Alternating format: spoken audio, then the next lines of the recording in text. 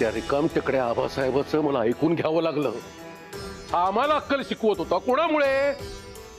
तुमच्यामुळे प्रतापराव. आज आत्ता एवढ्या रात्री तुमचे चिरंजीव प्रतापराव जाधव त्या रमाला घेऊन बाईकवरनं सैर सपाटा मारत होते. मला तुमच्या तोंडून ऐकायचं आहे प्रतापराव. मला उत्तर हवंय याचं. हो की नाही मला सांगा. मी सांगतो पण हो की नाही?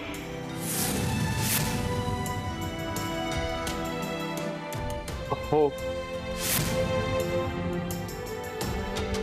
हे खरं आहे. बघितलं, त्यांना अजिबात लाज वाटत नाहीये माझ्या तोंडावर सांगायची. आपल्या घरात काम करणाऱ्या मुलीबरोबर तुम्ही. प्रतापराव, मी आता तुम्हाला शेवटचं सांगतो. असा प्रकार जर पुन्हा घडला तर माझ्या इतकं वाईट माणूस दुसरा कोणी नसेल.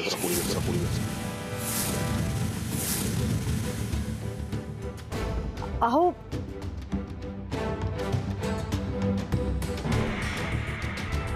मीच रमाला कामासाठी बाहेर पाठवलं होतं.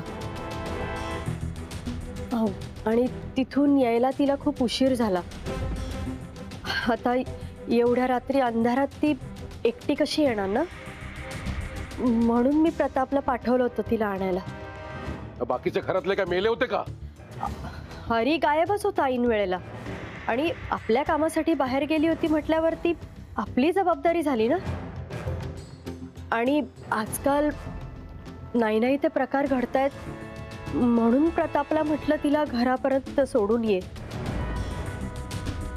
मग मला हे आधी का नाही सांगितलं? त्या आबाला सांगितलं असतं ना मी की आमचे प्रतापराव गावातल्या मुलींची काळजी म्हणून त्यांना घरापर्यंत सोडायला निघाले होते. अहो हो, पण तुम्ही एवढे चिडला होतात की. आम्ही बोललेलं मनाला लावून घेऊ नका प्रतापराव. तुम्ही चांगलं काम केलं. असंच काम चालू ठेवा. चला, झोपायची वेळ झाली आहे. सगळ्यांना झोप येत असेल ना?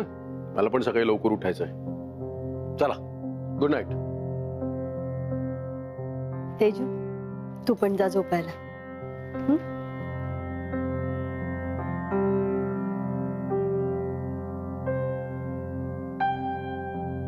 आई, थँक्यू. प्रताप, जा आराम कर.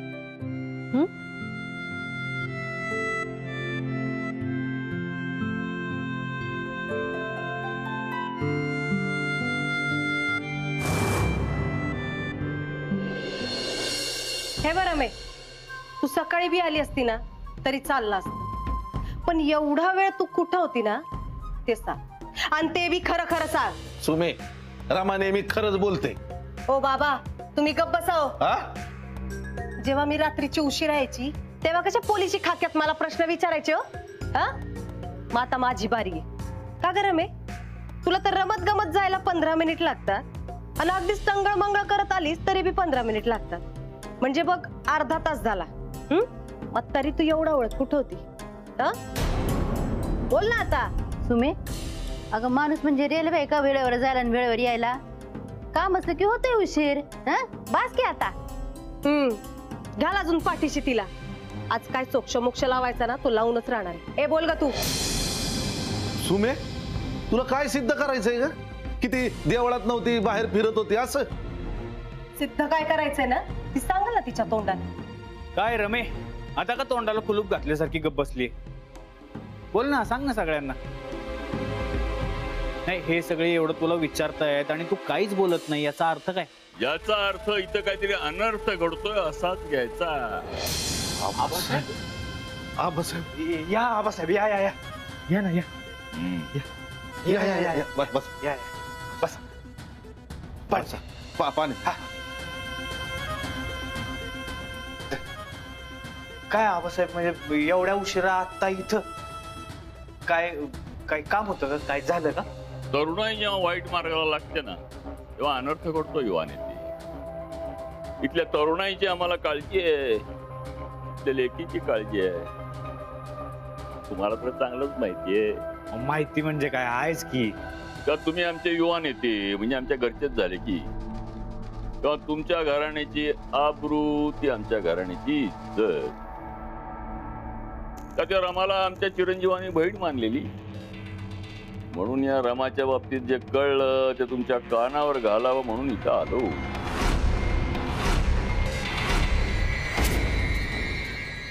नाही म्हणजे नेमकं काय म्हणायचंय तुम्हाला आबासाहेब? आता याला काय समजायचं काय नाही समजायचं या भानगडीत पडू नका युवा नेते.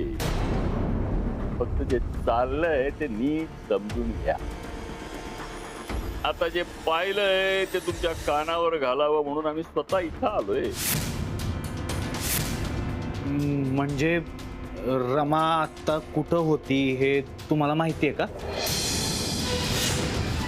कुठं होती, कुणाबरोबर होती,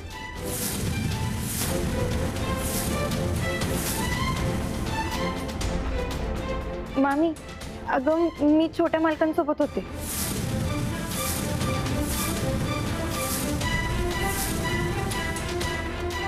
अगं काय म्हणतेस तू? अगं खरं तेच सांगतेय. नाही म्हणजे रमा जरा शांतपणे ना काय झालं ते सगळं सांग. अरे मामा, मी देवळात गेले ना तर येळेतच परत निघाले होते. पर आरती सुरू झाली आणि आरती सुरू असताना असं मध्यातून परत येणं बरं दिसत नाही ना, म्हणून मी आरतीसाठी थांबले होते. पर आरती संपायला लई उशीर झाला बघ. आता देवळाच्या पायऱ्या उतरता उतरता माझ्या डोक्यात विचार आलाच होता की पिंट्या दादाला बोलून घ्यावं म्हणून. पर नेमका माझा फोन बी बंद पडला होता आणि तितक्यात छोटे मालक तिथून जात होते. तर तेच मला म्हटले की चला घरी सोडतो, म्हणून मी त्यांच्यासोबत इथवर आले. आता छोटे मालक स्वतःहून म्हणत असतील तर त्यांना नाही कसं म्हणणार.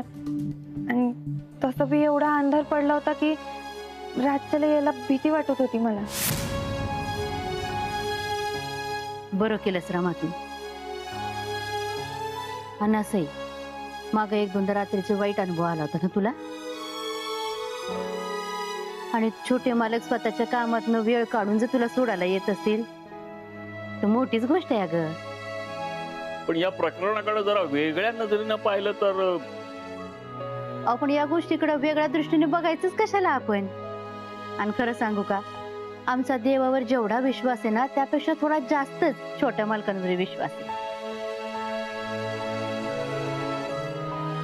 रमा, तू फार चांगलं केलंस छोट्या मालकांबरोबर घरी आलीस. आणि तुम्ही एवढे वडिलकीच्या नात्याने इथं सांगायला आलात, खरंच तुमचे खूप आभार आहेत. आणि कसं आहे ना, मोठ्या माणसांचं लक्ष असायलाच हवं लहानांवर, है का नाही? बसा, चहा टाकते. नको, येतो आम्ही.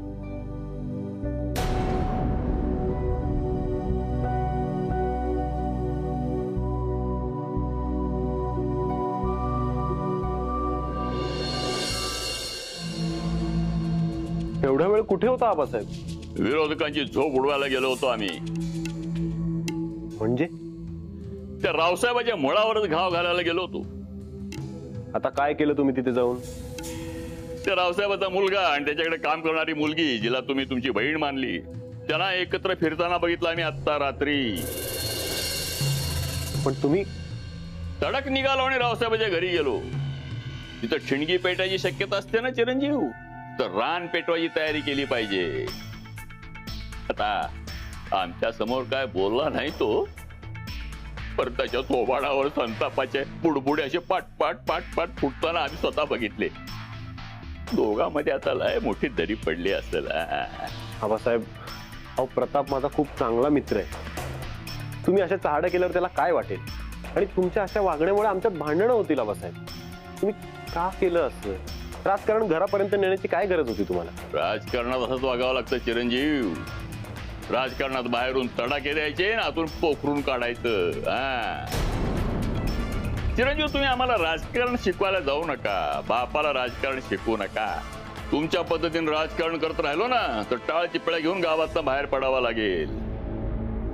त्या प्रतापरावात आणि रावसाहेबात जेव्हा दरी पडेल ना तेव्हा समजायचं आपल्याला चांगले दिवस आले. त्यासाठी काय बी करायची आमची तयारी आहे.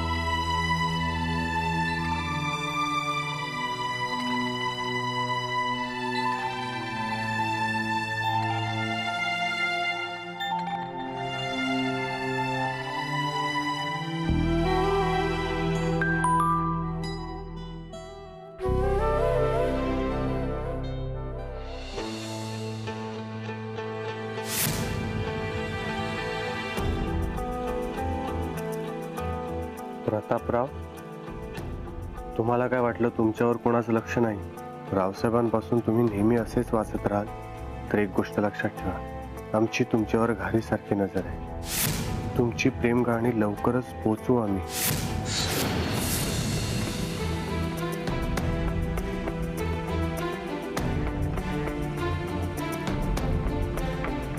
तुम्ही डायल केलेला नंबर बंद आहे.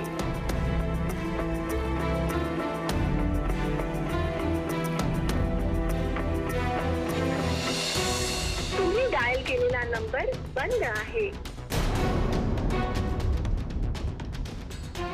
रमा आणि माझ्यावर कोणतरी लक्ष ठेवू नये. कोण असेल आणि त्याला नक्की का हवंय?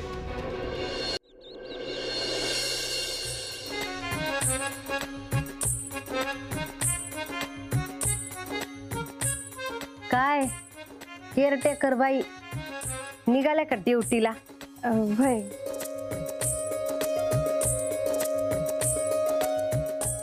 काय ग नेलपेंट लावायची? नाही नाही नको मला. अगं का नको? अगं आता तुझी बढती झालीये, मग वाड्यावर जाताना छान टिपटॉप होऊन जायचं. आणि तू वाड्यावर कशी वेगळी आहे ना हे सगळ्यांना दाखवून द्यायचं. मस्त हिरोईनी सारखी नटून जात जाय. ये तुला नेलपेंट लावून देते, ये बस. अगं पर तुम्ही अगं लाजते काय? ये बस तुला नेलपेंट लावून देते. अगं ये बस. कसं आहे रमे, बहिणीने बहिणीची मदत केली पाहिजे. आता मी नाही का तुझी मदत करते? तुला नेलपेंट लावायची होती, नेलपेंट लावून दिली. तसंच जेव्हा वाड्यावर तुला बाईसाहेब गिफ्ट देतात ना, एक एक वस्तू देत राहतात ना, तेव्हा त्या वस्तू माझ्याकडे इकडे आणून देत जा. हा, मी सांभाळत जाईन. हे घे तर फोन कर. पण सुमे, आता बाईसाहेबांनी मला भेटवस्तू द्यायचं म्हटलं ना तर मी ठरवलंय मी नाही घेणार ते. अगं तसं बी किती काय काय दिलं त्यांनी आपल्याला, लय उपकार आहेत बघ त्यांचे आपल्यावर.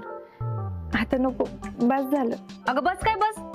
त्यांनी काय माल बांधून दिलाय का तुला? त्यांच्या दृष्टीने पाहशील ना तर त्यांनी 100 किलो रव्यातला एक बारीक कण दिलाय असं समज ही भेट वस्तू. त्यांना नाही फरक पडत. अगं बिंदास घेत जाय का गिफ्ट. हे काय? हा, तू पण तुम्ही सारखा नट्टापट्टा करायला लागली का? येड लागलं वाटतं तिनं तुला पण. अरे नाही ती नाही ठीक आहे, हे येडबीड सगळं ठीक आहे, पण ह्याच्यासारखं वागू नको म्हणजे झालं.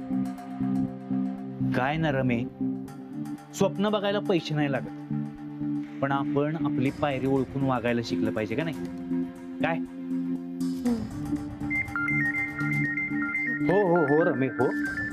फोनच आलाय ना, कुठं आग नाही लागली. एवढी काय धावाधाव करते? अरे नाही मी तू बस, नेलपेंट लाव, मी बघतो फोन. बस.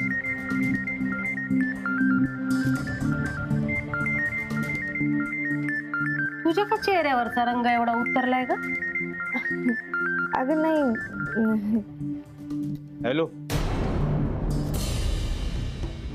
हो बर, काय निरोप सांगायचा आहे का? बर बर, सांगतो सांगतो. कोणाचा फोन होता पिंट्या दादा? तुला अंदाज आलाच असेल की. काय? बाईसाहेबांचा फोन होता, तुला वाड्यावर बोलवलंय ताबडतोब, जा. होय बरोबर आहे, वाड्यावर जायला उशीर होईल ना मला, मी निघते. अगं पण अगं अर्धवट टिपटप झालीये, पूर्ण होऊन तर जा ना. गेली तशी. वाड्यावरून हिला फोन आला ना, वार प्यायला सारखी का पळत सुटते ना, मला काही कळतच नाही हिचं. जिजूंचा फोन आल्यावर तुझ्या अंगात बी घुसतच की वार, नाही का? ग बस, जाय तिकडं. काय लाजली?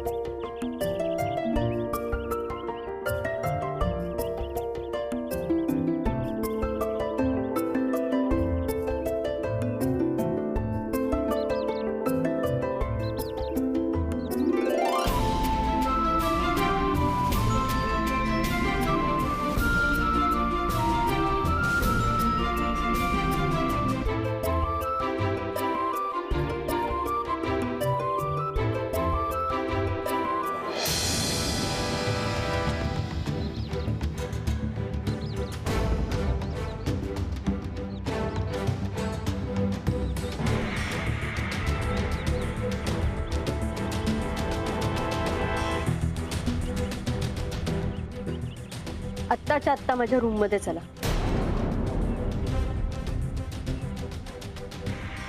मला तुमच्याशी महत्वाचं बोलायचं. लवकर.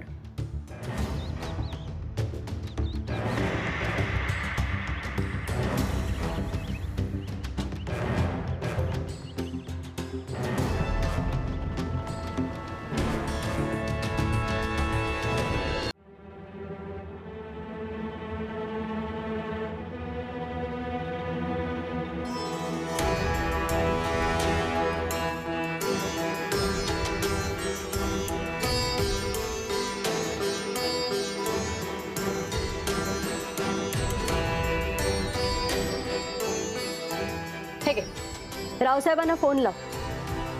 सगळं सांगून टाकते ना त्यांना तुमच्याबद्दल. अगं आई, पण असं कसं? मग काय करायचं? त्यांच्यापासून एक जरी गोष्ट लपून राहिली आणि त्यांना नंतर समजलं तर ते किती संतापतात तुला माहिती आहे ना. तुमच्याबद्दल जर त्यांना बाहेरून कळलं ते काय करतील मला नाही माहित. अगं आई, पण त्यांना कसं समजणार? तुमच्याचमुळे. मी तुम्हाला परवानगी दिली तर तुम्ही जास्तच मोकळी कसल्यासारखे वागायला लागलाय. तुम्हाला दोघांना जर बाहेर कोणी बघितलं आणि ते रावसाहेबांना सांगितलं तर काय करायचं? आबासाहेब आलेच होते ना सांगायला.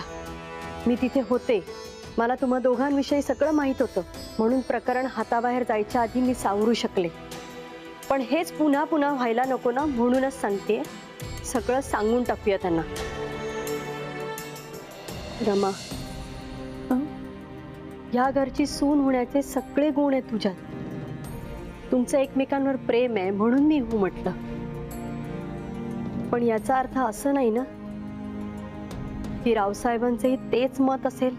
रावसाहेबांना त्यांच्या तोलामोलाच्या घराण्यातलीच मुलगी सून म्हणून हवी आहे. आई, बरोबर बोलतेस तू. मी हे सगळं रावसाहेबांना सांगणारच आहे. आणि इतकं सोपं आहे ते? तुला काय वाटतं रावसाहेब लगेच हो म्हणतील? तुला जवळ घेऊन तुझ्या लग्नाची तारीख ठरवतील? प्रताप, रमाला सून म्हणून या घरात यायचं असेल ना तर रावसाहेब नावाचं वादळ तुम्हाला झेलायलाच हवं. म्हणूनच सांगते, जो काही निर्णय घ्याल तो खूप विचार करून घ्या. आणि सगळ्यात महत्वाचं, माझा जरी होकार असला, तुमचं एकमेकांवर कितीही प्रेम असलं, तुम्ही कुठल्या ना कुठल्या कारणाने एकमेकांच्या समोर येत असलात तरी तुमचं प्रेम कुणाच्याही नजरेत येईल असं प्लीज वागू नका. तुमच्याकडून थोडी जरी चूक झाली आणि रावसाहेबांना समजलं तर तुमच्या स्वप्नांची राख रंगोळी व्हायला थोडाही वेळ लागणार नाही. आई, खरं तर तू हो म्हणशील याची खात्री नव्हती आम्हाला, पण तू हो म्हणालीस आणि आम्ही सगळ्याच शक्यतांचा विचार करतोय. बाईसाहेब, तुम्हाला मी वचन देते, आमच्याबद्दल तुम्ही कोणाला सांगेपर्यंत आम्ही कोणाला बी काय बी कळू देणार नाही. तुम्ही म्हणाल तसंच. मी तुमच्या बरोबर आहेच, पण ही लढाई तुम्हाला दोघांना लढायची आणि तुम्हाला दोघांना जिंकायची. आणि रमा, ही लढाई तुझ्यासाठी सगळ्यात जास्त कठीण आहे. जी बाईसाहेब, मी लक्षात ठेवीन.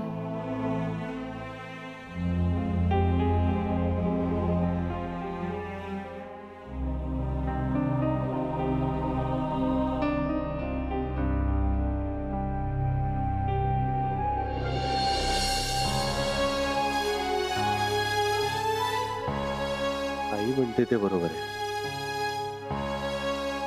रमा आणि माझ्या प्रेमाविषयी रावसाहेबांना दुसऱ्या कोणाकडून समजायला नको. पण रावसाहेब आमच्या प्रेमाला हो म्हणतील?